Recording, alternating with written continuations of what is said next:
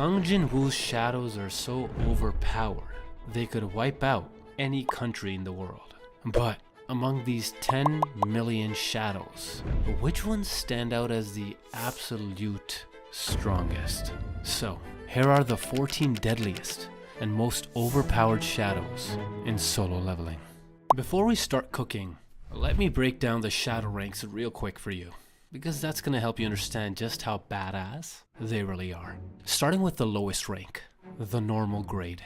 These shadows are, let's say, the noobs, the foot soldiers, and basic troops in the shadow army. They might be the lowest, but they're mostly as strong as C rank hunters, or even lower. But still, they could kill a few monsters or even hunters. Then there is the elite grade. You'll see a lot of these guys in the shadow army, and they're on par with the B rank hunters in terms of strength. Next, knight grade. They're on the same level as A rank hunters, and once they hit this grade or above, Jinwoo can start giving them names. Once shadows level up to elite knight grade, they'll be as strong as S rank hunters. Now, just a heads up on the next two ranks, it might get a bit confusing because in the light novel they're known as commanders, but in the webtoon they go by general grade.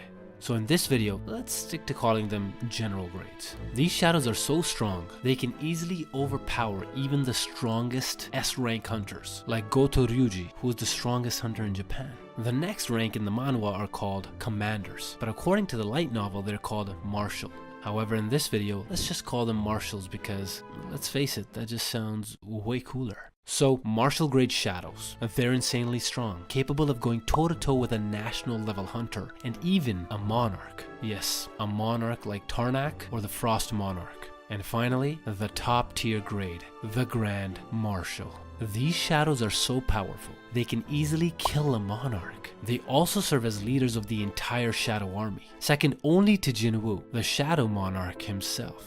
Now, let's start with the Ant Queen. After Jinwoo defeated the Ant King and named him Beru, he extracted the shadow of the Ant Queen. Right off the bat, this girl was at a general rank as a shadow, but compared to the other shadows, she was actually useless. Reminds me of Sakura. I know that she was pretty tough back when she was alive. Like, she could go head to head with multiple S rank hunters, especially because of her ability to shoot out a massive amount of purple poison. This poison was so deadly, it seriously injured two powerful, well-geared S rank hunters. Yet, according to Beru, her true power wasn't about her strength. It was how she could give birth to thousands of baby ants for like 4 years. Damn, there's a lot of babies. I mean, it's a superpower, alright. Like, I think one baby is a lot, you know? How many babies can you handle as a parent? And each new batch of ants was even stronger and smarter than the ones before. Plus, she could genetically breed them. For example, the Ant King. This means her real strength is creating an army all by herself, making them terrifying, since multiple S-rank hunters struggled against them.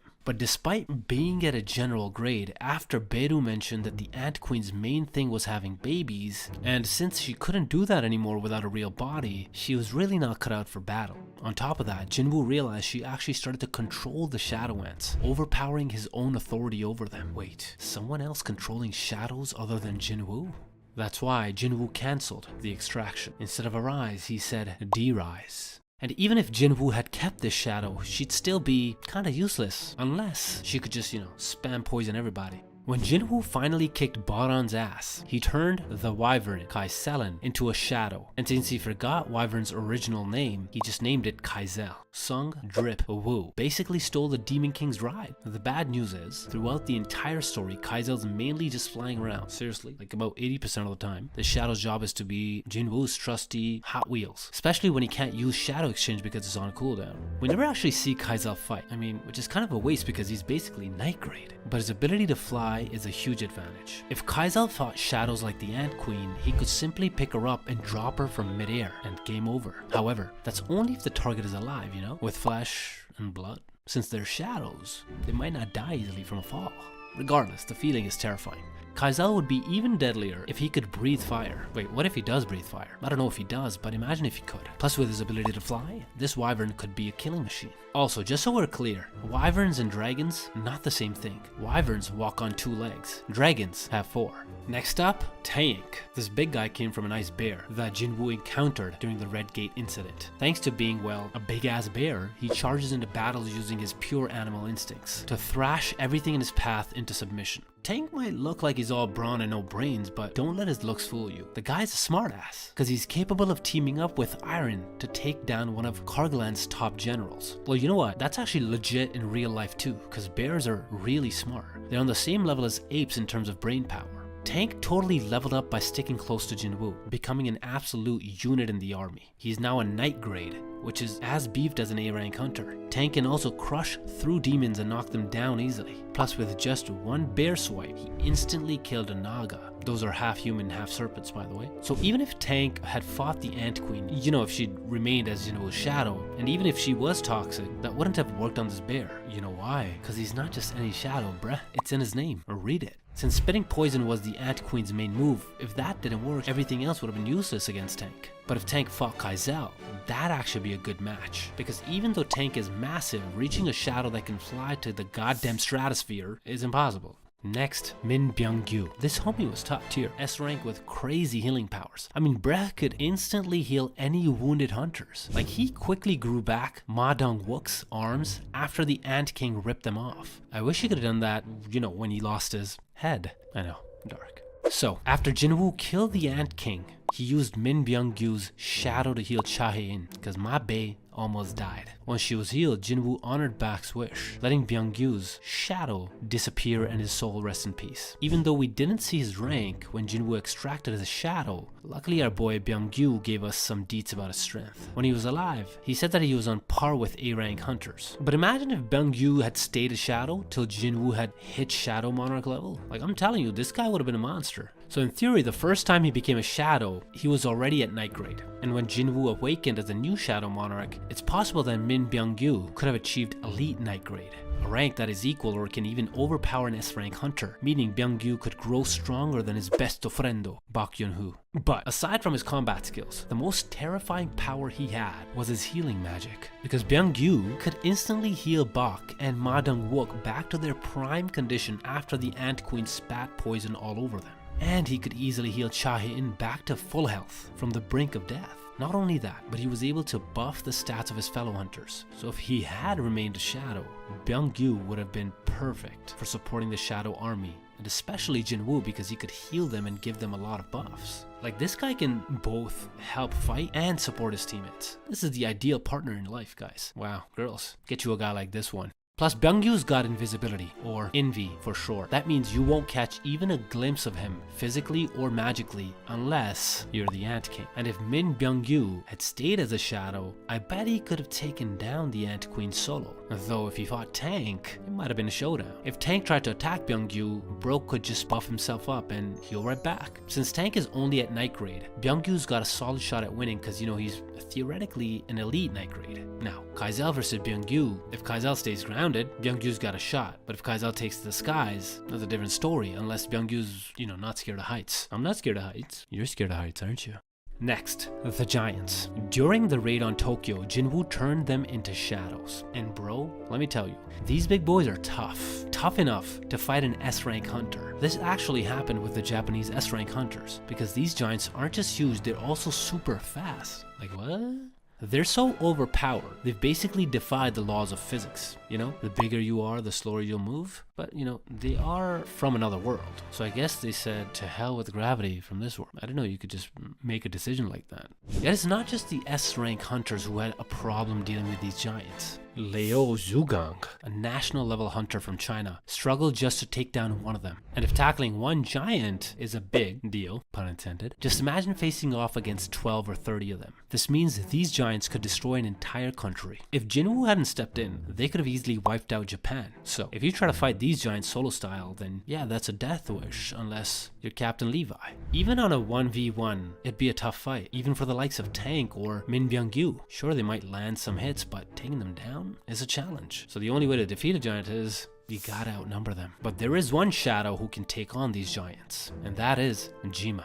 This Naga isn't just any shadow, he's elite Knight grade, and thanks to his mana, Jima can beef up in size, and with his raw strength plus his trident, he can easily take down a giant with just one hit. Next, the Unnamed Titan. So this guy's name was never dropped in the webtoon, but Jinwoo turned him into a shadow when their race tried to invade Earth. According to the rulers, these titans are a tribe of giants that survived by eating rocks. Damn, these guys like it hard. I mean, it makes sense why they look spiky and rocky. These titans targeted Earth because they detected Jinwoo's power and wanted to mess with Earth. Unfortunately for them, their timing was just a little off. They arrived when Jinwoo was already a god. Now, check out this big guy. You see, he explained that titans decrease their size when they're ready to use their full power. But not all titans can pull this off. Only the best warriors like him. And just as he's spilling the tea, Belian chops off his head. And just like that, we didn't get to see any of his moves. The next time we catch this unnamed titan, he's up against Jinwoo's son, Sung Jinwoo, and looks like he's about to unleash his full power. Oh, never mind. But considering he's teaming up with Jima and the three dragons, that means his power level is on par with, or slightly stronger than these heavy hitters. This means he's around an elite night grade, which as you know is tough enough to fight an S rank hunter. We didn't really get to see him go all out because Belian, Jinwoo, and Suho are just way too OP for him, but I bet this dude could totally fight Jima and those giants. Even though this unnamed titan seemed like he had planetary level power, I believe Iron is stronger than him. Iron is another shadow Jinwoo extracted during the Red Gate incident. And Iron is a shadow who, to put it simply, is out of pocket. This guy's always going ham in fights and destroying stuff left, right, and center. Think of him like the Hulk, but armed with a hammer and decked out in armor. He's always bragging about his victories and gets super pissed if his special move, the Shout of Provocation, doesn't work on his enemies. By the way, this skill gets enemies all riled up to target him, making them come at him blindly. But it doesn't work on enemies stronger than him, and that's exactly why he gets so frustrated. You know, it reminds me of my sister, my little sister, who's not so little anymore. She's 28, and she's still a pain in the ass. So, even though Jinwoo thinks Iron's a bit of an knucklehead, he keeps him on the team because he always smashes it whenever he fights. After Jinwoo's awakening, Iron's rank was increased from night grade to elite night grade, which means he can tussle with any S rank hunters. Plus, he can easily smash a giant's head. So it's possible that even if Jima can grow in size, Iron can still take him on. And even when he was a night grade, the guy was so jacked, he easily dragged the corpse of a high level demon with just one hand. Next, greed. This shadow was extracted from Hwang Dong-soo, a total douche, who wanted to kill Jinwoo to avenge his big bro, who was also a douche. Hwang Dong-soo ended up dying because he kidnapped and tortured Jinwoo's friend, Jinhoo. After that, he turned him into a shadow. Jinwoo named him Greed because he died being greedy. But what's really interesting about this guy is that he was already at general grade when Jinwoo turned him into a shadow. And general grade shadows are way stronger than S rank hunters. However, even though Greed is super powerful, we never really got to see what he's fully capable of. The only time we got a glimpse of his power was when he easily broke out of the Frost Monarch's ice prison and just flexed his damn muscles. Still, it's crystal clear that Greed is stronger than Iron, even though Iron got more, screen time. Because Hwang Dong-soo was already S rank when he got turned into a shadow, while Iron, Kim Chol, was just an A rank. Next up, we've got Tusk. He was originally a High Orc shaman named Kurgalgin that Jinwoo ran into during a team-up raid with some hunters on an A-rank gate. Once Kurgalgin turned into a shadow, he was already at elite night grade. And he's so strong that with just one of his fire spells, he can wipe out demons and giants like it's nothing. Plus, he's got gravitation magic. He can levitate his target and then toss them around, slamming them into the ground over and over until every bone in their body is broken. But that spell is just the most basic one. His strongest spells are part of what I call the Hymn series, because most of these spells start with the word Hymn. By the way, these spells are actually based on the zodiac signs. Did you know that? First up, the Hymn Protection. Tusk can create a shield around himself or a target, perfect for defense. So even if he's up against strong ops, or even shadows like Greed or Iron, he can easily block their attacks. Tusk's got spells with debuffs too, like the Hymn of Frenzy. This spell weakens the target's defense, and cranks up the damage they take from attacks. So even if you're tough like Iron or Tank, this spell still means trouble. Another debuff spell is the Hymn of Agony, which curses his targets with intense pain. Then there's the Hymn of Blindness, which just like it sounds, will literally blind you. And for those hunters out there who are super strong or athletic, Tusk can drain your stamina with the Hymn of Slumber. Next up is the Hymn of Lethargy, which is perfect for handling my friend's cat, because that mofo is just jumping up everywhere. Oh, sorry, back to topic. Hymn of Lethargy is perfect for handling super speedy opponents. With this power, Tusk can literally freeze them in place. Yeah, no, I really need this for that cat. And don't forget about the Hymn of Giants. Tusk can grow in size with his mana, so whether you're a Jima, a Giant, or even a Titan, Tusk can take you on with this spell. He can also use the Hymn of Strengthening, a buff that boosts his or his target's strength. So if he's up against Greed, Tusk can use this spell to match or even overpower his opponent's strength. But, of course, he can't fight with the buffs and debuffs alone. He also has offensive spells, like Hymn of the Blazing Fire, where Tusk shoots off a wave of fireballs. Yet fireballs are nothing compared to the Hymn of the Fire Dragon. When Tusk uses it, his hood transforms into a dragon's head, blasting out a massive fire beam from his mouth. And with this special item called the Orb of Avarice, the fire beam gets even stronger. It's so powerful, it totally wiped out the Demon King's attack like it was a flame from a lighter that he blew on. By the way, Baron is basically the copied version of the Monarch of White Flames, meaning Tusk was already as strong as a Monarch when he hit Elite Knight grade. After Jinwoo awakened, Tusk instantly leveled up to General grade, and at this grade he flexes powers against the 3 Shadow Dragons. His Hymn of the Fire Dragon, especially with the Orb of Avarice, proved his power is way beyond the 3 dragons combined. When the Titans tried to invade Earth, Tusk easily wiped them out. Also, even though Greed and Tusk are at the same rank, I still believe Tusk is stronger. He's got a lot of advantages because he simply has more tricks up his sleeves. Next, Igris. Quick recap. He used to serve Ashborn, the original Shadow Monarch. When Ashborn decided it was time to retire and choose a human successor, he instructed Igris to test Jinwoo to see if he was worthy to become Ashborn's vessel. At first, Igris didn't like Jinwoo, but after Jinwoo kicked his ass and turned him into a shadow, he slowly accepted his new master. By the way, when Jinwoo first fought Igris's true powers were sealed, but even without being at full strength, he almost killed Jinwoo. When he finally became a shadow under Jinwoo, Igris was at Night grade, making him as strong as an A-rank hunter. But when Jinwoo stepped up as the new Shadow Monarch, Igris's true rank was revealed, and he was at Martial grade, which means that Igris has been at Martial grade this whole time. That's crazy. Since Igris has been a swordsman for what? I don't know, eons? Yeah, eons, bro. Like, he's the top DPS swordsman, like damage per second in the Shadow Army. Plus, Igris is kind of like a Jedi because he can move things with his mind. I mean, of course, there's a limit to it. Not only that, he also wields the Demon King's sword. This sword is crazy strong and makes the user's attack go up by like 350 points, making it Jinwoo's second best weapon. Also, it has this cool move called the Storm of White Flames that summons endless lightning storms every time Igris swings the sword. And as a martial grade shadow, he has the power to fight a national level hunter or even stand toe to toe with a monarch. When Jinwoo went away for a few minutes to hunt Rakan, the Monarch of Fangs, Igris was so overpowered that he legit held off the Frost Monarch solo.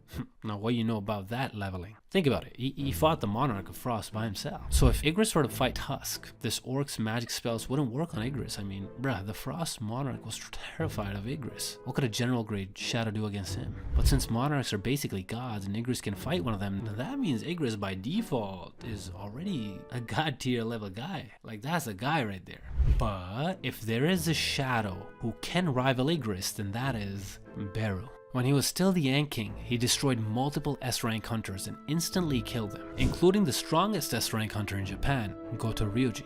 When Beru became a shadow, he was already at general grade, and at this grade he was already very strong because he single-handedly slaughtered what was left of the ant colony in Jeju Island. He could also solo a dungeon, and with his brute strength he nearly killed Cha Hae-in while training because he lost control. Thank the gods, Jinwoo interfered because I almost lost my waifu. I mean, Jinwoo almost lost his waifu. After reaching the martial grade, and during the fight with the monarchs, Beru's sheer strength let him escape from the Frost Monarch's ice prison. So, even if Tusk could use the Hymn of Protection, there's a chance that Beru could destroy that. Or even if you were as tanky as Iron, that wasn't gonna work on Beru.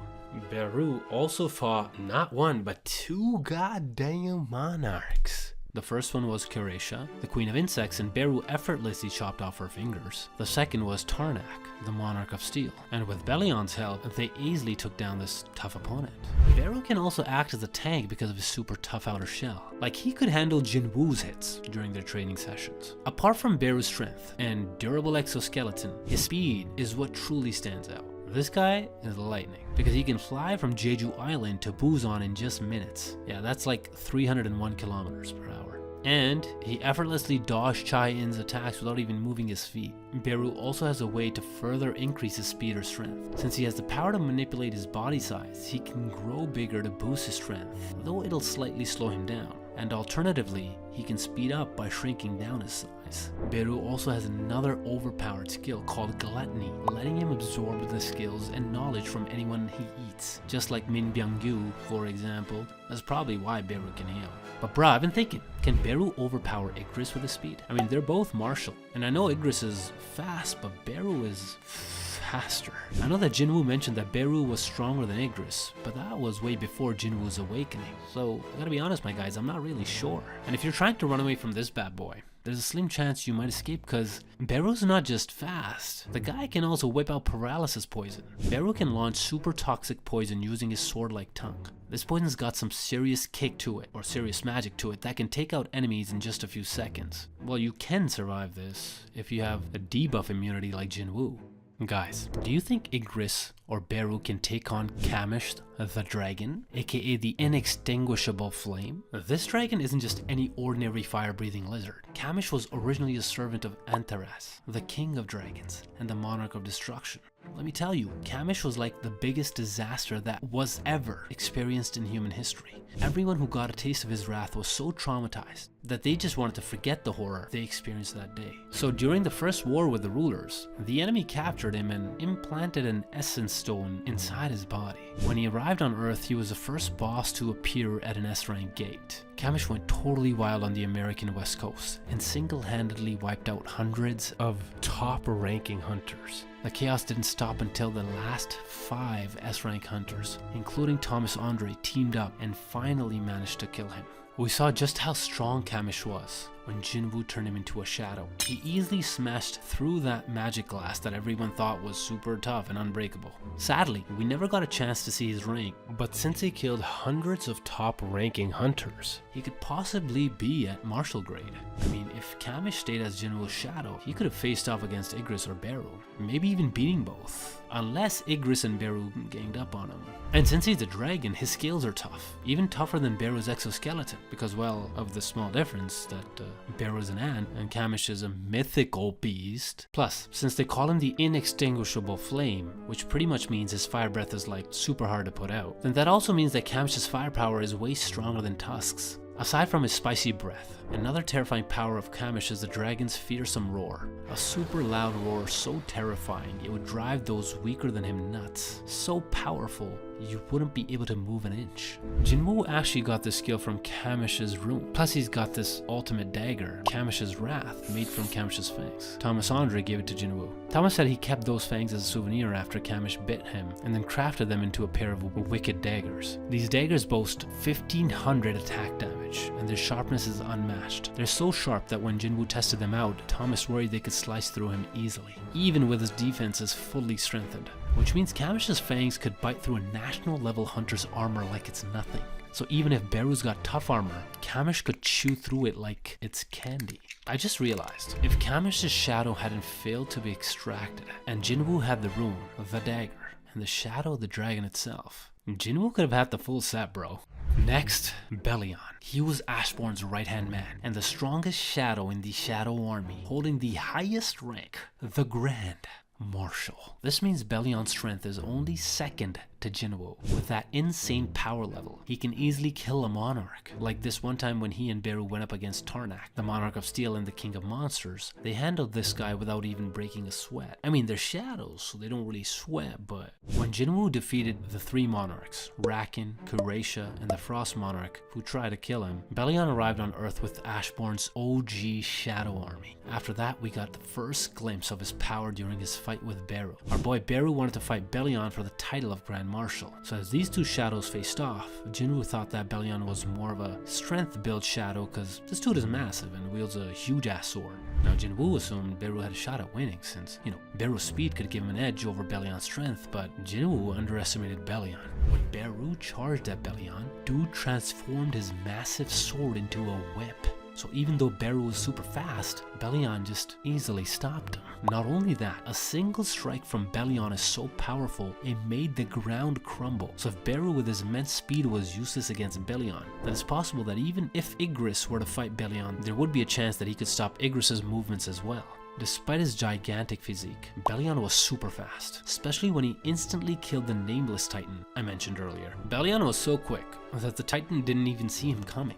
Wait, Bellion was riding a dragon, so let me rephrase that. The Titan didn't actually see Bellion because he swung his sword so fast. Wait, quick thought. If Bellion can fly, then why the heck was he on a dragon? But yeah, he really can fly, which is actually another advantage. Sure, Beru can fly, but if we're talking aerial combat, I still don't think Beru stands a chance. I mean, Bellion already whooped Beru's ass on the ground. What difference does it make in the air? The third time Bellion showed off his speed was when he fought Jinwoo's son, Suho. When he faced the little king, bro just instantly vanished and attacked Suho from behind, easily wounding him. And this time, Bellion wasn't holding back, because his whip sword destroyed the entire battlefield. Not only that, Bellion also blocked Suho's attack, even with Suho's strong punches. Bellion managed to hold his ground, meaning Bellion isn't just fast and strong, he's also tough as hell. In fact, Bellion is so tough that he would eat anything you threw at him like it's Pringles on a Sunday morning. Despite his strength, Suho finally saw Bellion's weakness, and that's when the little king grabbed Bellion's sword and managed to stop it. So maybe Beru and Igris could stand a chance if they, teamed up and grabbed and hugged his sword. Now, if Bellion survived a punch from the son of the strongest monarch and the potential future strongest monarch, what could a dragon, an insect, and knight possibly do against him? But even though Bellion is overpowered, there's no chance he would win against his own master, who's basically one of the strongest gods in solo leveling.